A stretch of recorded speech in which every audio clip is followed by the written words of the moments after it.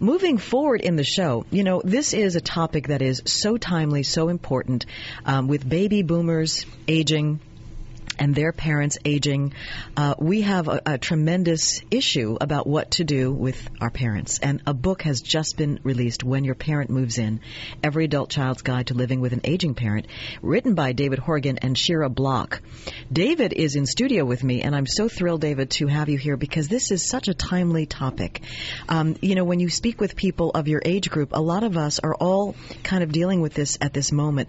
Tell me why you personally wanted to write this book. Well, about 5 years ago, my wife at the time came to me and said, my mom's not doing so well. What would you think about her moving in with us? And of course, immediately I said, move her in. I didn't think it through. Mm-hmm. Nothing could have prepared me for what followed because we weren't prepared for this. We just made it up as we went along. Right. And that's kind of like going out and filming a movie without a script. Which you are a filmmaker as well. Yeah, I guess that's why I make the analogy. But so I contacted this friend of mine, Shira Block, who's an author. I said, there needs to be a book on this process. Because as I'm going through it, it's a very bumpy thing. And I tell people that this is a book anybody over the age of 40 should get. Yeah. Because we all walk around with this in our head. What are we going to do with mom and dad if something ever happens?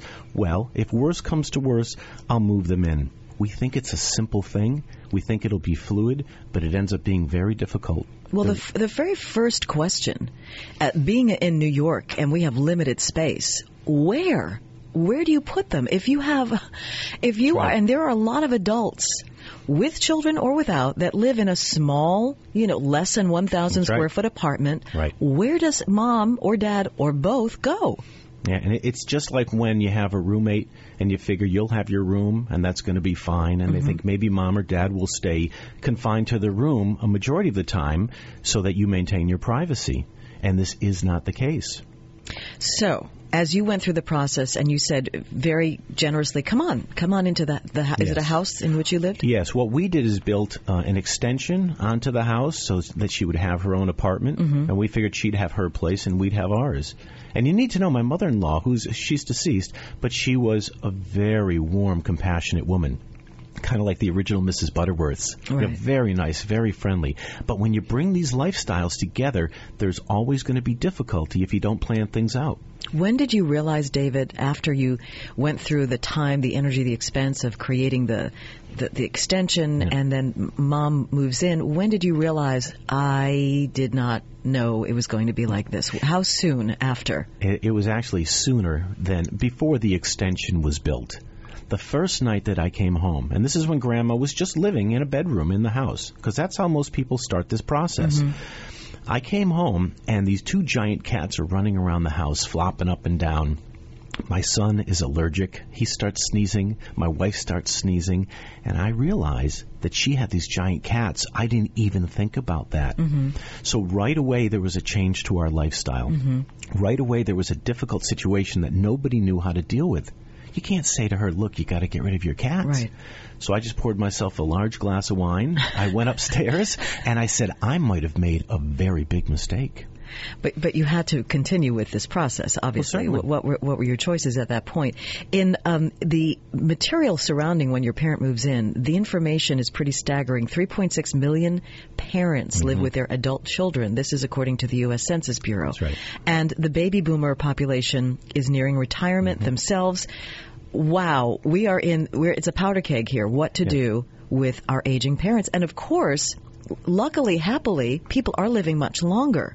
Their lives are extended. Right. So maybe we're in a different milieu than years ago, and this could be the beginning of a new kind of phase of how aging continues with children.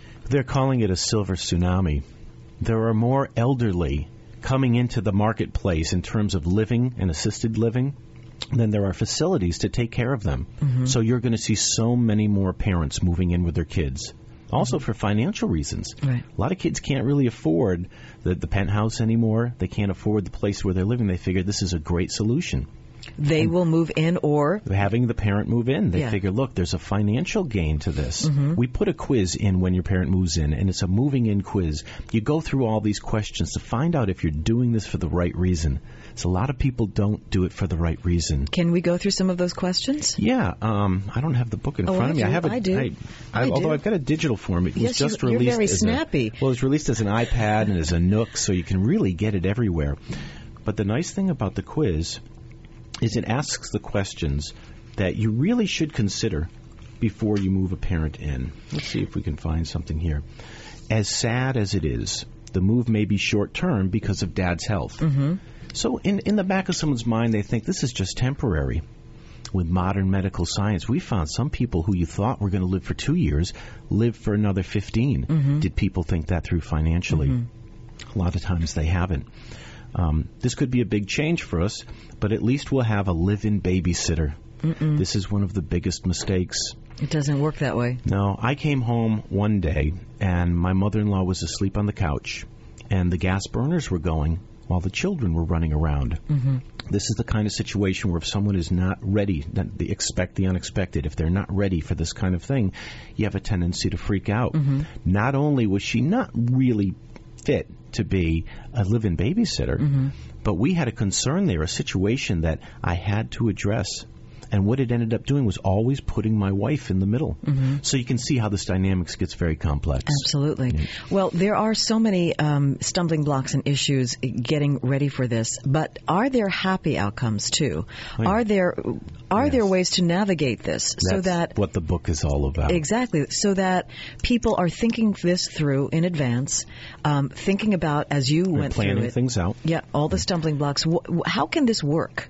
Well, the book really acts as like a Bible.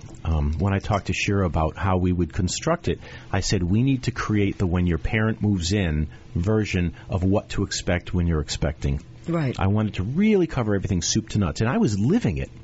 That was the beauty of how this book was written. As I hit conflict, I'd contact Shira. She'd give me a solution. I'd try it out. We'd put it into the book. And Shira is a social worker, or? Well, Shira Block has her master's in psychology and counseling. Okay. And she's written several self-help books. It was a great collaboration between the two of us. But what we found is that the most important thing is that you can't see mom or dad as a guest in the house. You know, they say guests are like fish. After 3 days, they both start to stink. You have to accept them as a member of the family and have that unconditional love like you have for a child. Because when a child messes up, you forgive them. You know, if a parent messes up, like leaving the stove on or leaving medications around with the cap off, if you have that unconditional love, you'll forgive them. And then you can get past things. See, I had to find a relationship with my mother-in-law where we were friends. Right. Just the two of us really got to be really good friends, and that helped us get past everything. But I did not know that up front. Okay. I had to get there in the clunky way, which, you know, my wish is to prevent this from happening. Well, and then the flip side of this, David, is the parent that is moving in. Right. That's an enormous transition. You know, yes, it's difficult for you and your family and your wife, but they are going from what they knew, was in many cases 30, 40 years in a house that was their home, their comfort level, and now they're relegated to a piece of a home they do not want to intrude on your space. So there's that whole psychology too, and navigating that must be very difficult. We have a chapter called From Your Parents' Perspective. And I can remember this one day my wife came to me and said, you know, Mom really misses gardening in her backyard. It was one of her favorite things to do.